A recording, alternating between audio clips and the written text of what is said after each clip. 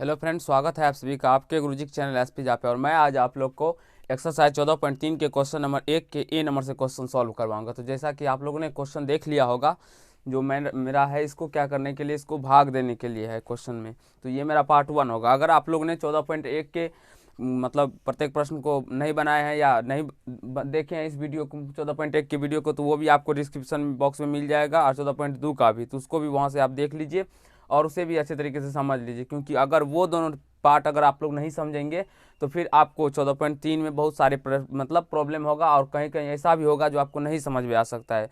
तो हाँ, अगर शुरू से आप अगर देखते हैं तो मतलब 14.1 का 14.2 को भी देख लेंगे तो बिल्कुल ही आपको फिर इसमें कहीं से कोई प्रॉब्लम नहीं होगा। तो चलिए हम डायरेक्टली सॉल्व करते हैं जो 14.3 के क्वेश्चन नंबर 1 से। हमारा बोल रहा है जो निम्नलिखित का भाग कीजिए, यानी कि इस संख्या में इसका भाग देने के लिए हमें बोल रहा है जी, इस संख्या में इसका भाग देने के लिए। तो चलिए हम भाग देते हैं अब यहाँ से डायरेक्टली। अब इसको आप देख सकते हैं जो यहाँ पे इस प्रकार ये दिया हुआ है, तो इसको हम क्या करते हैं ना, तो भिन्न के रूप में लिख लेते हैं। -2x² YZ अवट ये क्या हो जाएगा 4xyz। भाग के टर्म में हम लिख लिए इसको क्या कि सबसे पहले तो इसको हम अंश मतलब भिन्न के रूप में लिख लिए। ये इस प्रकार से दिया था तो इसको हम सबसे पहले भिन्न के रूप में लिख लिए। अब हम क्या करते हैं तो देखिए, सबसे पहले इसका ऊपर मतलब गुणनखंड कर लेते हैं। तो इस -2 का हम गुणन वैसे रहने देते हैं यार, x² है, कहने का मतलब x 2 बार है और y गुना z, और नीचे में 4 है। 4 को हम क्या लिख सकते हैं तो 2 गुना 2 गुना x गुना y गुना जेड लिख सकते हैं। इस प्रकार से हम उसको लिखेंगे। तो आप लोग देख लिए होंगे, मतलब मैंने क्या किया, सबसे पहले तो -2 गुना x² है तो x गुना x, यानी कि x² का मतलब हुआ जो x हमारा कितना बार है 2 टाइम्स है, और गुना y था तो y दिए और z था तो z दिए। अब नीचे आते हैं तो 4 है, यहाँ पे 4 को हम क्या लिख सकते हैं 2 और मल्टीपल 2 लिख सकते हैं, यानी 2 गुना 2 लिख सकते हैं गुना x गुना y गुना z। अब हम क्या करते हैं तो जो हमारा संख्या इसमें से कट रहा है उसको हम क्या करते हैं तो काट देते हैं डायरेक्टली। आप लोग भी काट सकते हैं। तो चलिए हम यहाँ पे काट के दिखाते हैं आप लोग को। जो ये x और ये x मेरा कट जाएगा, और ये 2 और ये 2 कट जाएगा, माइनस नहीं कटेगा क्योंकि -1 बच जाएगा। ये आपको ध्यान पे रखना है और अच्छी तरीके से उसमें भी, ठीक है।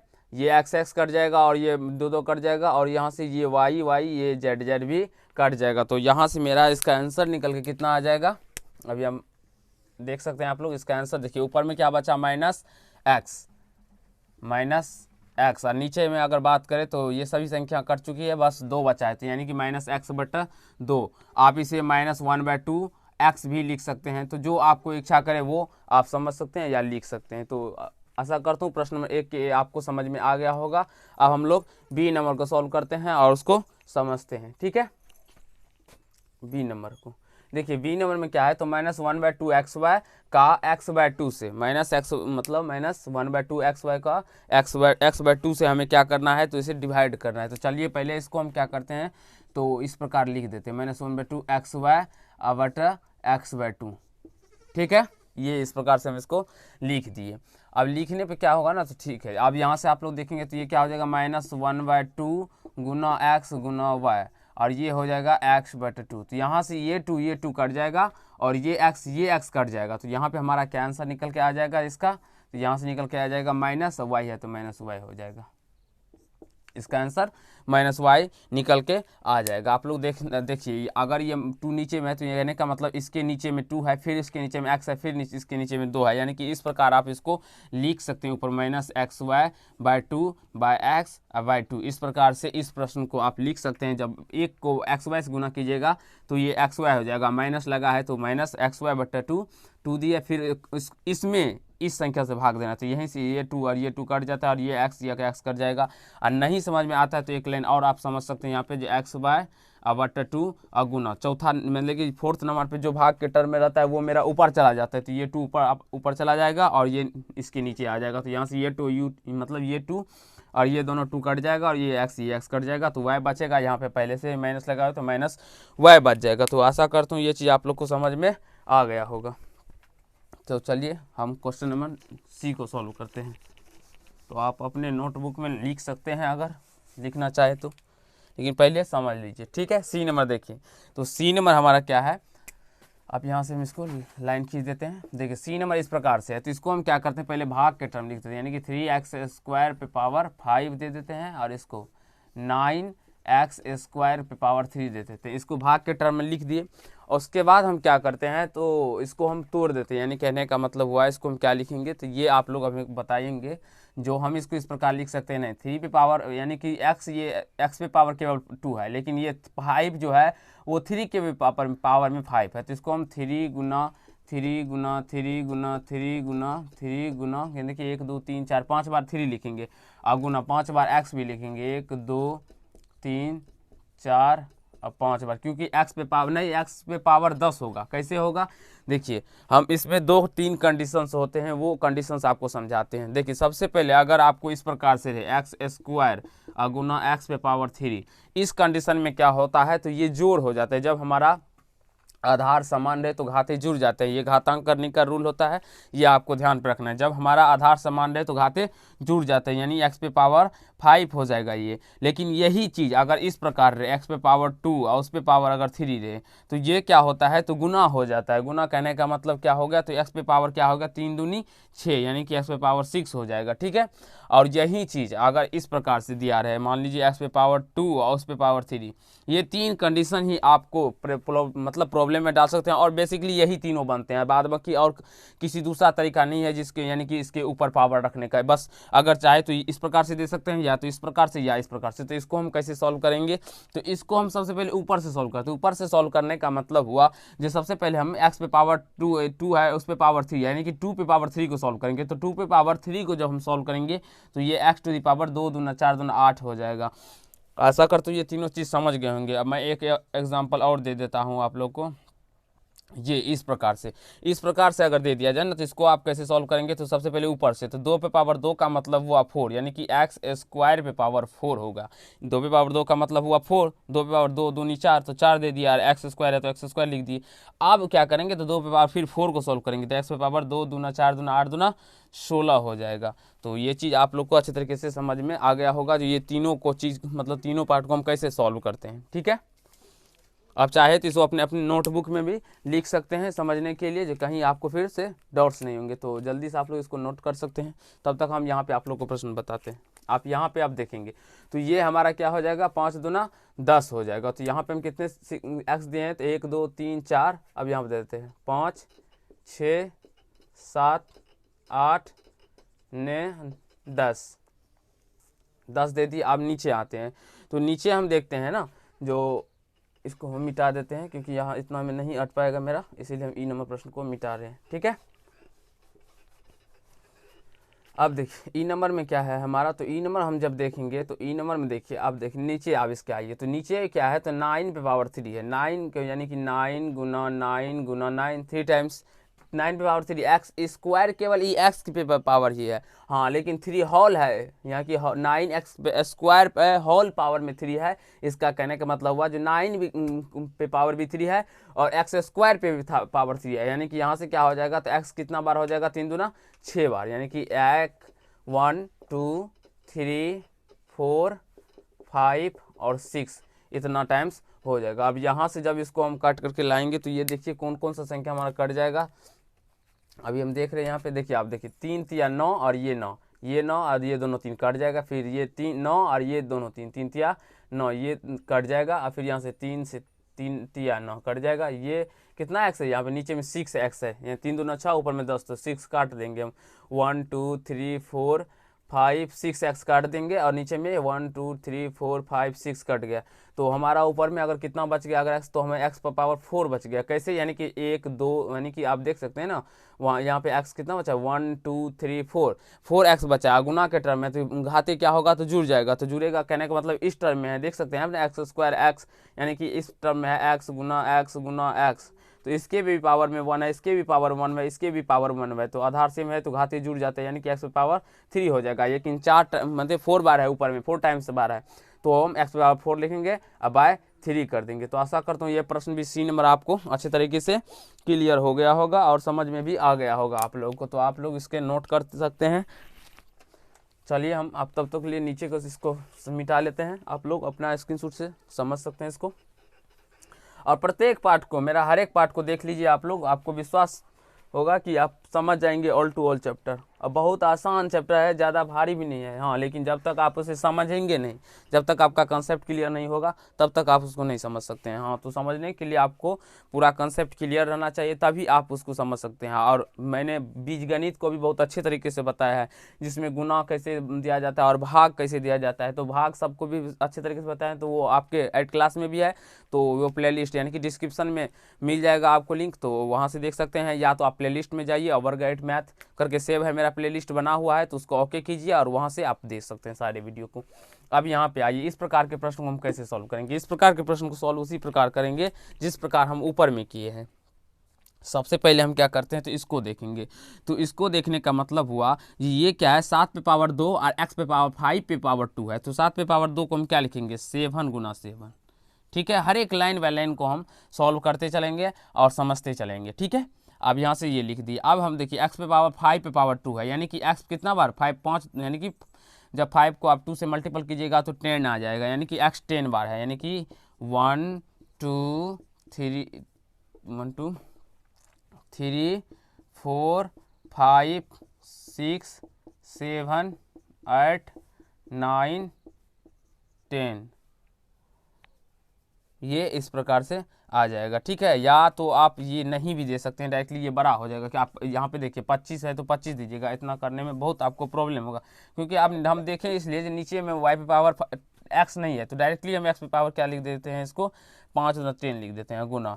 अब यहाँ से देखेंगे तो 3 पे पावर 5 यानी कि 3 कितना बार है, 5 बार, तो 1 2 3 4 5 गुना y पे पावर 25 हो जाएगा, और बट्टे में 27 है, तो 27 को आप लिख 27 गुना y पे पावर 3 हो जाएगा। ये भी 27 पे पावर 27 गुना y पे पावर क्या हो जाएगा मेरा, तो 3 हो जाएगा। ठीक है, अब इसको आप कट कीजिए, तो कट करिएगा तो आपको क्या निकल के आएगा, तो आप देख सकते हैं यहाँ से 3 तिया 9 तिया 27 से ये 27 मेरा कट जाएगा और कट जाएगा। और फिर आप देख सकते हैं ये y, देखिए y 3 है, यहाँ पे y 25 है, तो जब y 25 में से 3y को हम काट देंगे, यानी 3y नहीं, y पे पावर 3 को काटेंगे, y पे पावर 25 को जब हम y पे पावर 3 से डिवाइड करेंगे यानी कि भाग देंगे, तो वो हमारा कितना निकल के आएगा, तो y पे पावर 22 निकल के आएगा। कितना आएगा, y पे पावर 22। देखिए एक चीज़ आपको समझ में आ जाए नहीं, देखिए इस प्रकार से रहे, अगर हमारा आधार सेम रहे, अगर भाग के टर्म में ये घातांक का रूल होता है, ये भी आप लोग समझ लिया, अगर भाग के टर्म में हो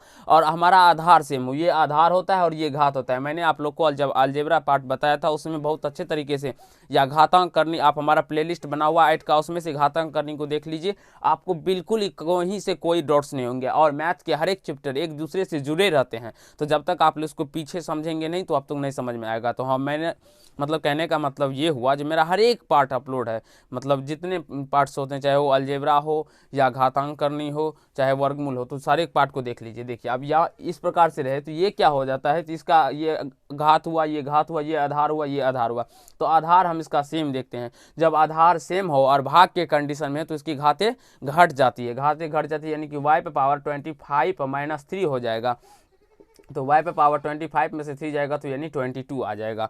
तो यहाँ से जब आप इसको निकालेंगे तो इसका आंसर निकल के आएगा 441। इसको जब आप 749 गुना 3 तिया 9 49 नमा गुना करेंगे तो ये कितना आएगा, 99 81 का 1 हासिल 8 नाचों का 36 8 44, तो ये 441 निकल के आ जाएगा। और यहाँ से x टू दी पावर 10 बच गया, x पे पावर 10 गुना y पे पावर, y गुना मत दीजिए, आप डायरेक्टली लिख दीजिए कितना, y पे पावर 22, इसका आंसर निकल के आ जाएगा। तो आशा करता हूँ ये चीज़ आपको बहुत अच्छे तरीके से क्लियर हो गया होगा। तो आप लोग जल्दी से इसका स्क्रीनशॉट ले लीजिए या मतलब लिख सकते हैं। मैं आप लोग को क्वेश्चन नंबर के एक बचा गया है, ठीक है ना, ई नंबर, इसको भी हम अभी यहाँ पे आपको सॉल्व करवा देते हैं। यहाँ पे ई नंबर क्वेश्चन को जब तक आपका कंसेप्ट क्लियर नहीं होगा तब तक आप नहीं समझ सकते हैं। हाँ, कंसेप्ट क्लियर होना आपको बहुत ही ज़रूरी है, ठीक है ना। ई नंबर प्रश्न को हम देखते हैं। तो ये हमारा इस प्रकार से प्रश्न दिया हुआ ई नंबर कैसे, तो 8 x पे पावर 6 और y पे पावर 6 का -4 x पे पावर 4 और y पे पावर 6 तो एक्स पावर 4 वाई पे पावर 6 इस प्रकार से दिया हुआ है। तो इसको भी हम देखिए कैसे सॉल्व करते हैं, आप लोग को समझना है अच्छे तरीके से। देखिए बच्चों, सबसे पहले क्या करेंगे ना, इसको आप भाग के टर्म में लिख लीजिए। 8 एक्स पे पावर 6 और वाई पे पावर 6 बट माइनस 4 एक्स पे पावर 4 और वाई पे पावर 6। आप देखिए अंश और हर, ये हमारा अंश हो गया, ये हमारा हर हो गया, ये न्यूमिनेटर हो गया, ये डिनोमिनेटर हो गया। देखिए सबसे पहले क्या होता है, तो आपको ये चीज़ समझ लेना है, ये माइनस जो है हमारा कभी भी हर में नहीं लगा होता है, यानी कि डिनोमिनेटर में नहीं लगा रहता है। ये किस में लगा रहता है, तो न्यूमिनेटर यानी कि ऊपर अंश में लगा रहता है। तो अगर नीचे में दिया है तो आपको क्या करना है, इसको डायरेक्टली ऊपर लेके चले जाना, ये चीज़ आपको समझ लेना, ठीक है ना। इसको ऊपर लेके चले जाएंगे और उससे कोई फर्क नहीं पड़ता है चाहे ऊपर हो या नीचे। लेकिन आप यहाँ पे देखेंगे तो ये देखिए एक्स पे पावर 6 है, एक्स पे पावर 4 है, तो ये दोनों इसका आधार सेम है। तो चाहे इस प्रकार रहे या इस प्रकार भी, तो एक्स को एक्स के साथ हम माइनस कर देंगे, वाई को वाई के साथ हम कर सकते हैं, कोई प्रॉब्लम नहीं होगा। तो यहाँ से आप जब इसका आंसर निकालेंगे तो 4 से कट जाएगा, तो 4 दूनी 8, 4 दूनी 8 हो जाएगा। और एक्स पे पावर 4 है, एक्स पे पावर 6 है, यानी कि एक्स पे पावर 6 है बाय एक्स पे पावर 4, ये क्या हो जाएगा, एक्स पे पावर 6 माइनस 4, तो यानी एक्स पे पावर कितना निकल के आ जाएगा 2, एक्स पे पावर 2 निकल के आ जाएगा। जब आधार सेम रहे तो डायरेक्टली घाते घट जाते हैं। और वाई पे पावर 6 और वाई पे पावर 6 देख सकते हैं आप, यहाँ पे मैं आपको समझाता हूँ। देखिए डायरेक्टली कट भी जाएगा, कटने पर एक मान आता है ना, ये डायरेक्टली कट जाएगा तो एक आएगा मान। तो एक को जब संख्या इससे गुना करेंगे तो इसको तो कोई फर्क नहीं पड़ने वाला है। तो लेकिन दिखाते हैं जो भाग में आप इसको कैसे हम सॉल्व करेंगे। तो ये क्या हो जाएगा, तो वाई पे पावर 6 और ये ऊपर जाएगा तो घट जाएगा, तो वाई पे 6 माइनस 6 तो वाई पे पावर 0 हो जाएगा। और किसी भी संख्या के ऊपर पावर 0 रहने से उसका वैल्यू 1 आ जाता है। तो देख सकते हैं आप दोनों कंडीशन में आपको सेम ही आंसर मिलेगा और उतना ही मिलेगा। तो आप लोग जल्दी से इसका स्क्रीनशॉट ले लीजिए। तो चलिए फ्रेंड, हम लोग क्वेश्चन नंबर 2 के ए नंबर को समझते हैं और उसको सॉल्व करते हैं। तो सबसे पहले मैं आप लोग को एक चीज़ बता देता हूँ, जो क्वेश्चन नंबर 1 के ई नंबर में -2 मेरा माइनस छूट गया था, तो आप लोग को माइनस उसमें दे देना है, क्योंकि -4 यहाँ नीचे में था, तो वो माइनस नीचे यानी कि अंश में लग जाएगा। तो मैंने आप लोग को वैसे बताया था, जो नीचे में रहे तो उसका कोई मतलब नहीं होता, आप लोग को माइनस लगा देना, वो हो जाएगा -2।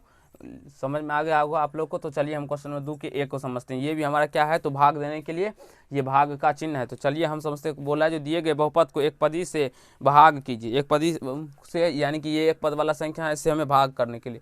तो हम क्या करते हैं, तो पहले इसको भाग के टर्म में लिख देते हैं। 5m पे power 3 minus 30m² bye 5m दिया हुआ है। अब क्या करते हैं, तो इसको आप लोग ये चीज़ देखिए समझिए, 5m नीचे में तो भाग देना है ना इससे, तो आप क्या कीजिए, तो 5m ऊपर से कॉमन ले लीजिए। ऊपर से जब हम 5 कॉमन लेंगे तो जैसे 5 चला गया, ये क्या बच जाएगा m² माइनस, यहाँ से जब 5 कॉमन लेंगे तो 5 6 का 30 और m कॉमन ले यानी कि 6m बच जाएगा, बट 5m निकल के आ जाएगा। तो यहाँ से आप इस दोनों को क्या कर सकते हैं, तो काट सकते हैं, यानी कि ये 5m से ये 5 कट जाएगा मेरा, तो क्या बच जाएगा m² माइनस 6m, इसका आंसर निकल के आ जाएगा। तो आशा करता हूँ ये चीज़ आपको समझ में आ गया होगा, ठीक है।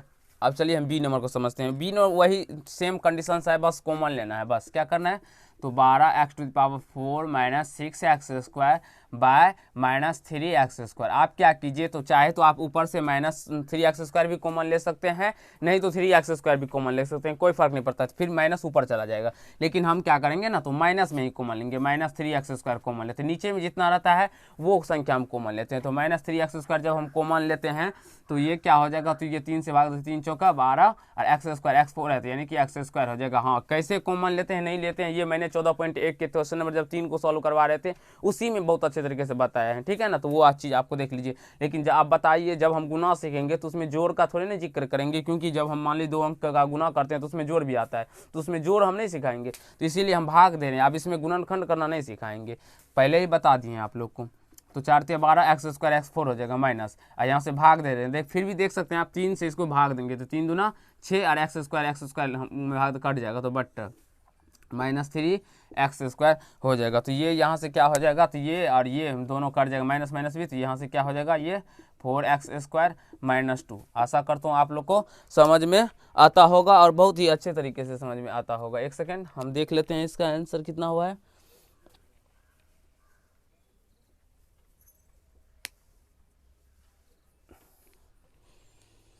इसका आंसर दिया हुआ है -4x² +2 -4 ऐसे। एक सेकेंड, हम सॉरी गलती कर दिए, यहाँ पे मिस्टेक कर दिए। देखिए माइनस हम कॉमन लेंगे, तो माइनस जब कॉमन लेंगे तो हम हर एक चिन्ह इसका चेंज हो जाएगा। चिन्ह चेंज करने का मतलब जो प्लस वाला है वो माइनस हो जाएगा, जो माइनस वाला है वो प्लस। यानी कि ये प्लस वाला है तो ये प्लस वाला है तो माइनस हो जाएगा, और ये माइनस वाला तो ये प्लस हो जाएगा।